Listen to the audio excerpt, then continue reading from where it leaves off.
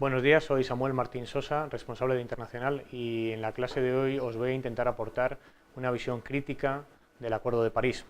Mi exposición la he titulado El Acuerdo de París, el abismo entre lo posible y lo necesario.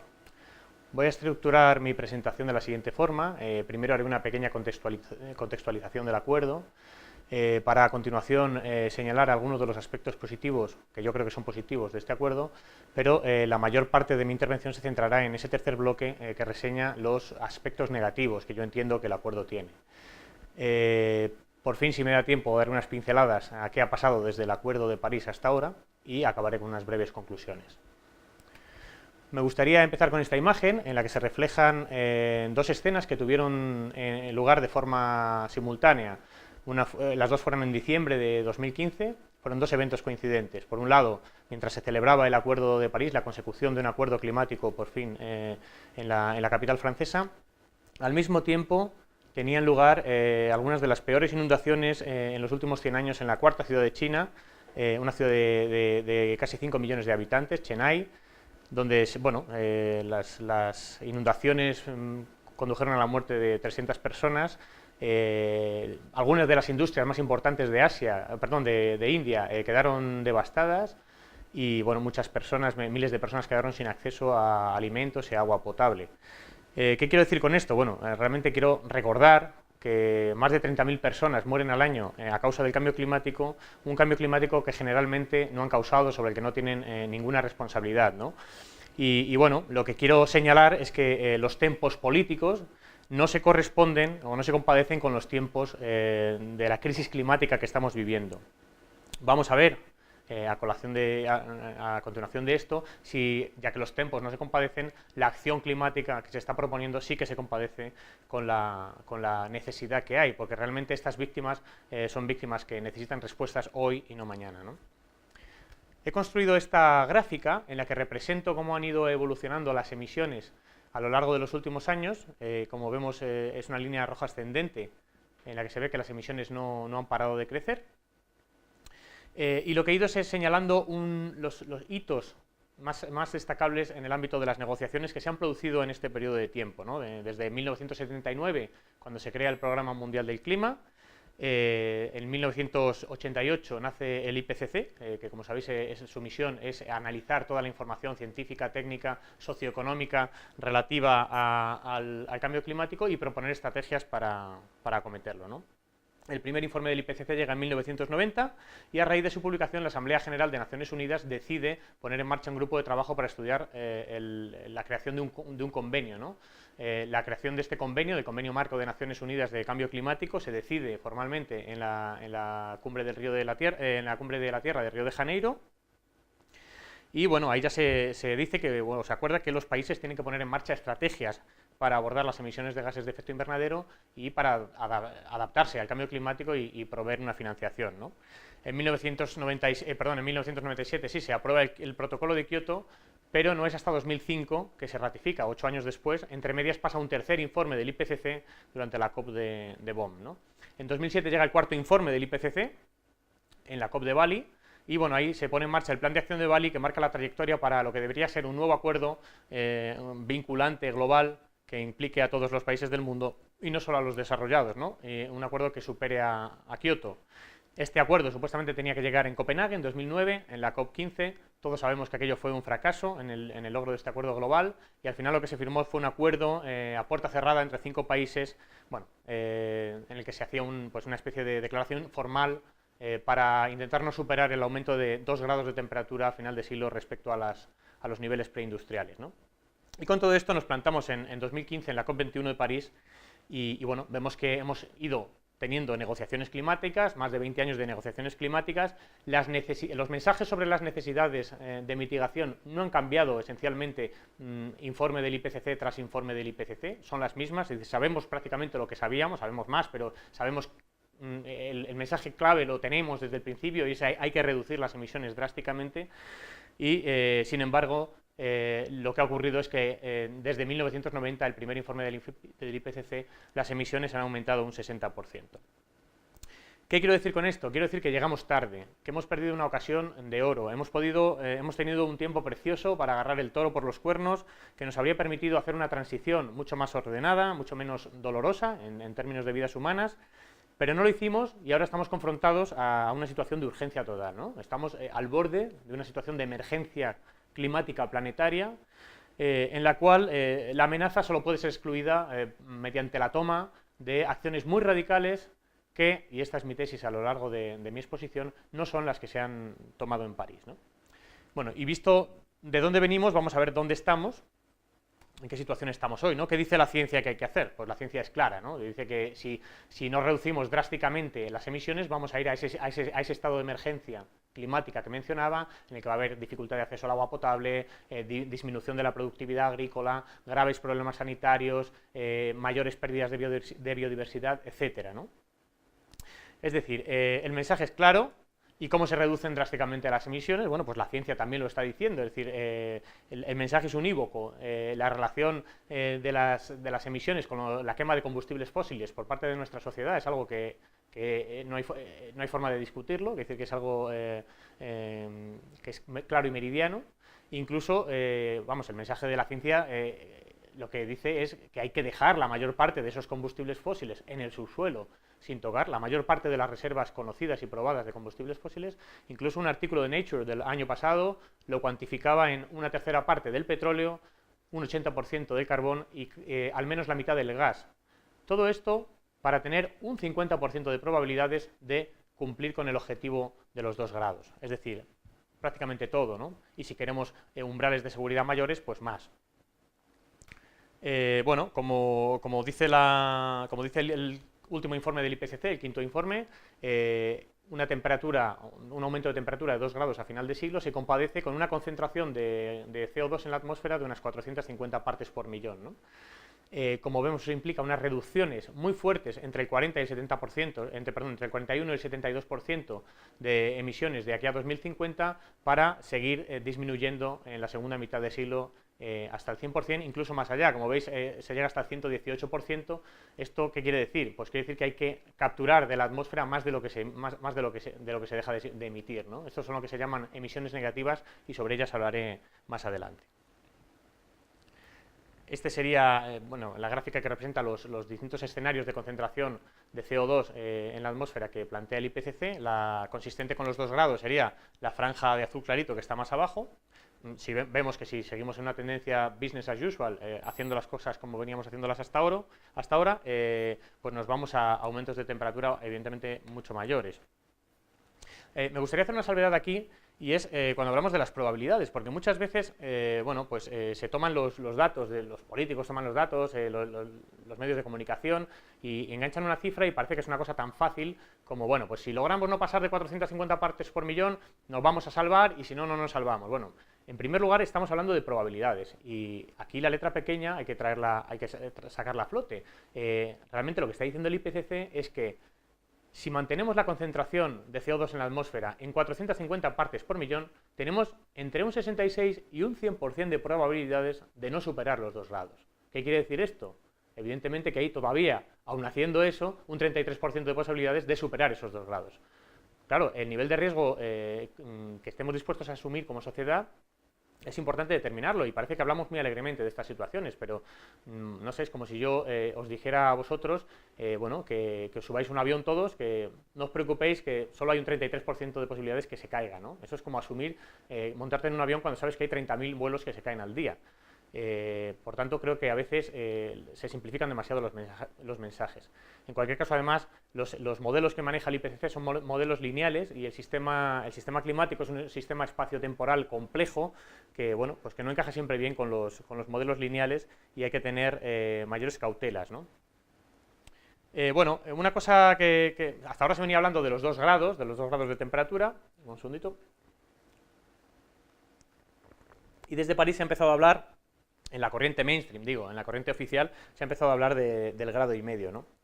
¿Por qué, si lo que se consideraba como un umbral de seguridad, que eran los 2 grados, que si lográbamos, en función de los cuales si lográbamos no superarlos íbamos a evitar un cambio climático desbocado, peligroso y tal, y ahora hablamos de 1,5. Bueno, pues evidentemente pues porque el umbral de seguridad, o sea, los 2 grados, perdón, no proporcionan ese umbral de seguridad. Es decir, es mucho más seguro ir a 1,5.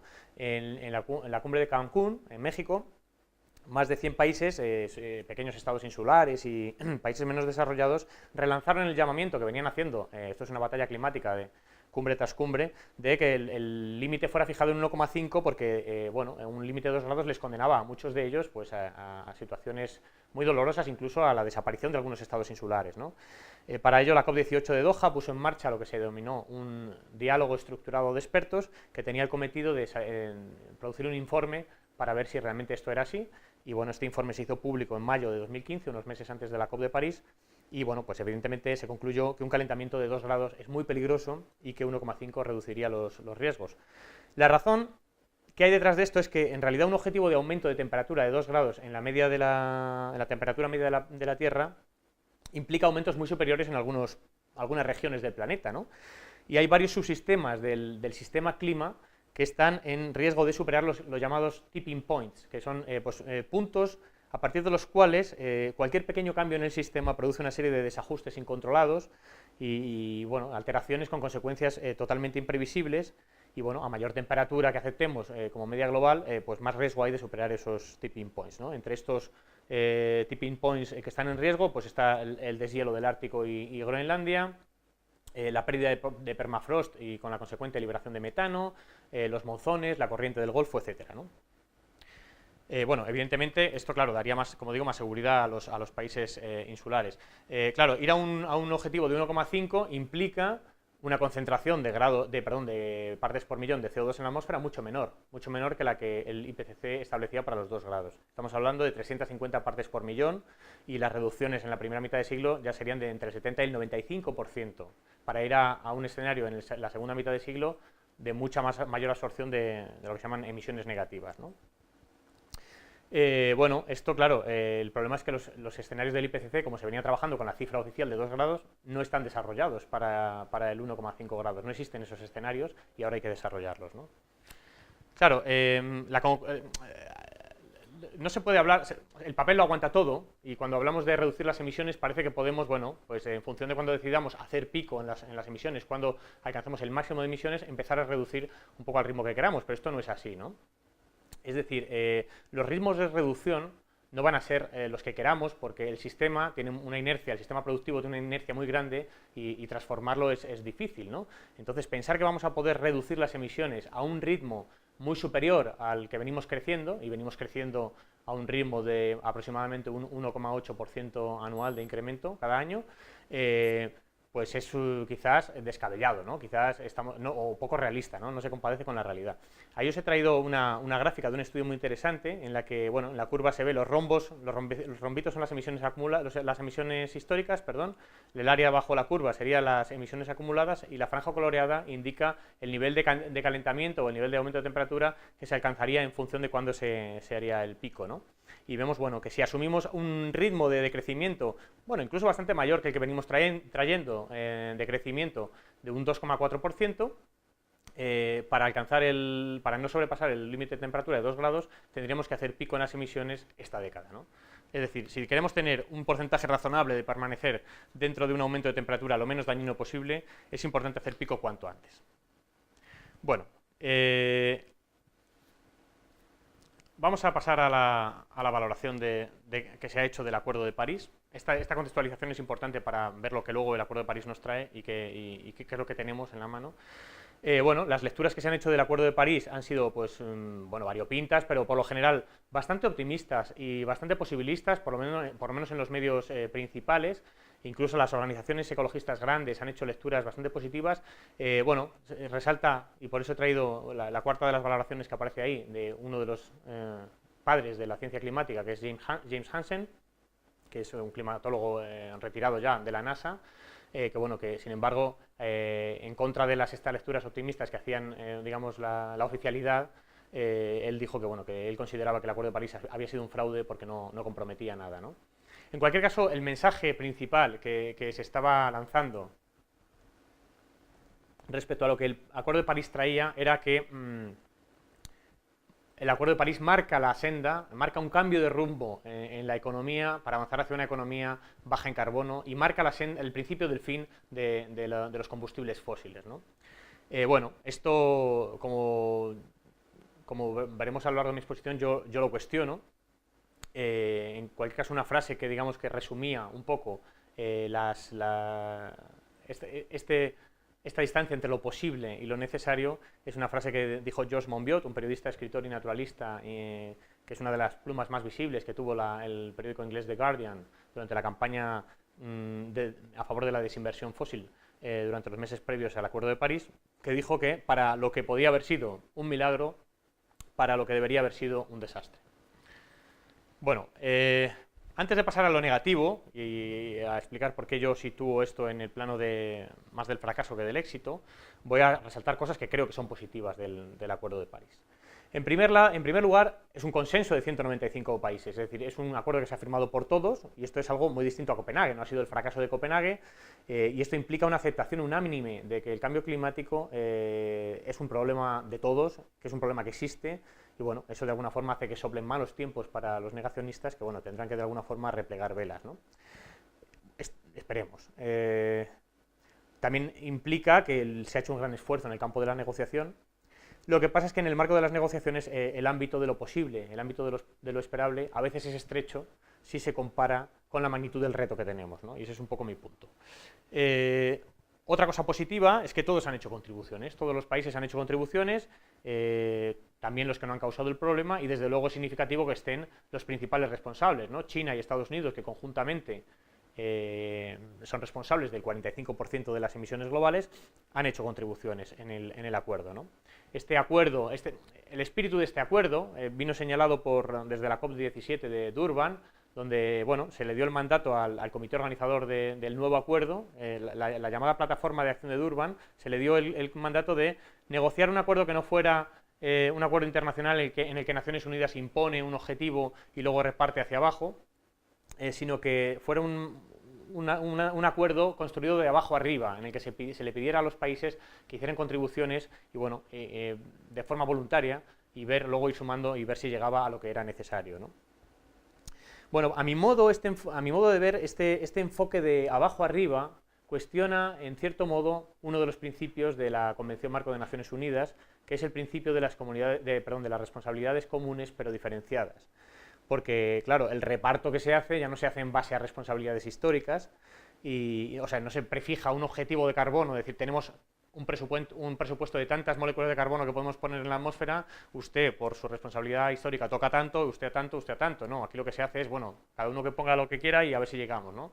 Realmente el hacerlo de arriba abajo, a mi modo de ver, es el único método que puede ser a la vez científicamente riguroso y potencialmente justo, ¿no?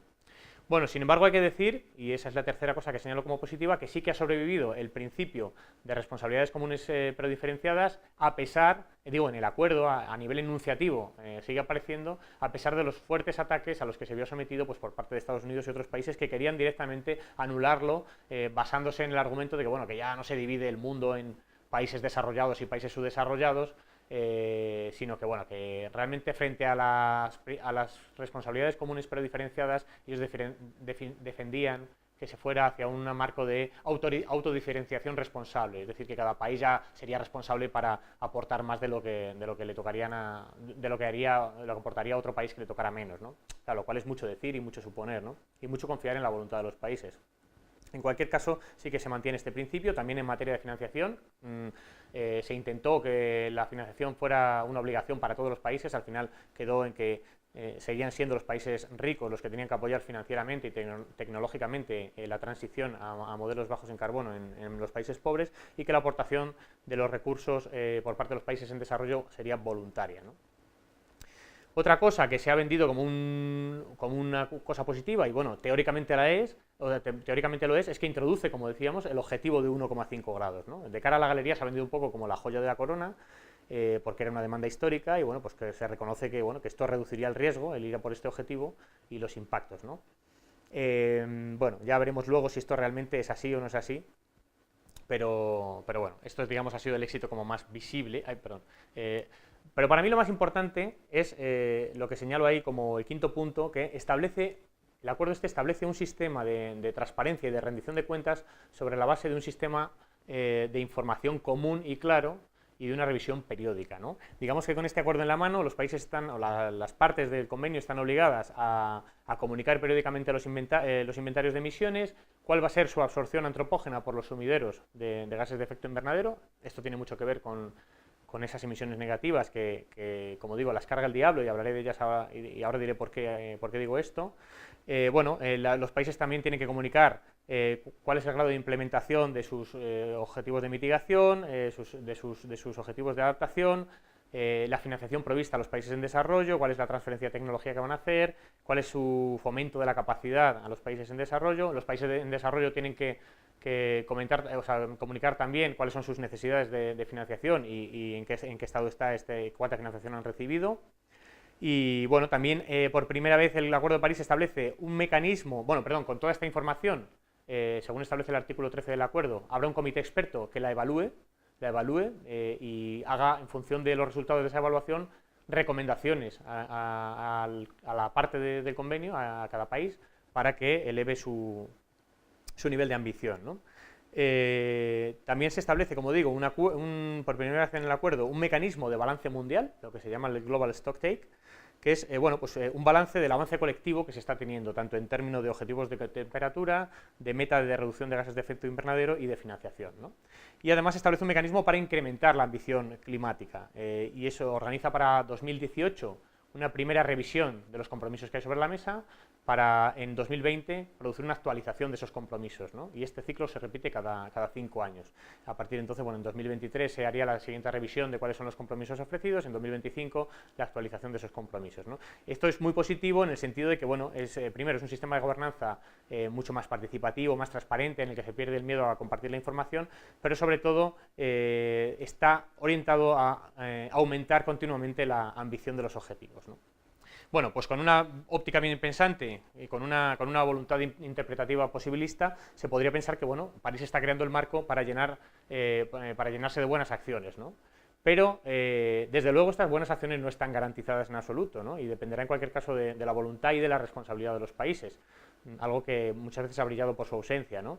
Y claro, el hecho es que este acuerdo en realidad no detalla casi nada, ¿no? Entonces, ¿podemos garantizar con este acuerdo en la mano la acción y la coordinación? Pues no, la respuesta es clara, que no podemos, ¿no? Podemos esperarlo, pero no podemos garantizarlo, ¿no? Aquí os emplazo a la siguiente parte del vídeo, que tendrá lugar a continuación.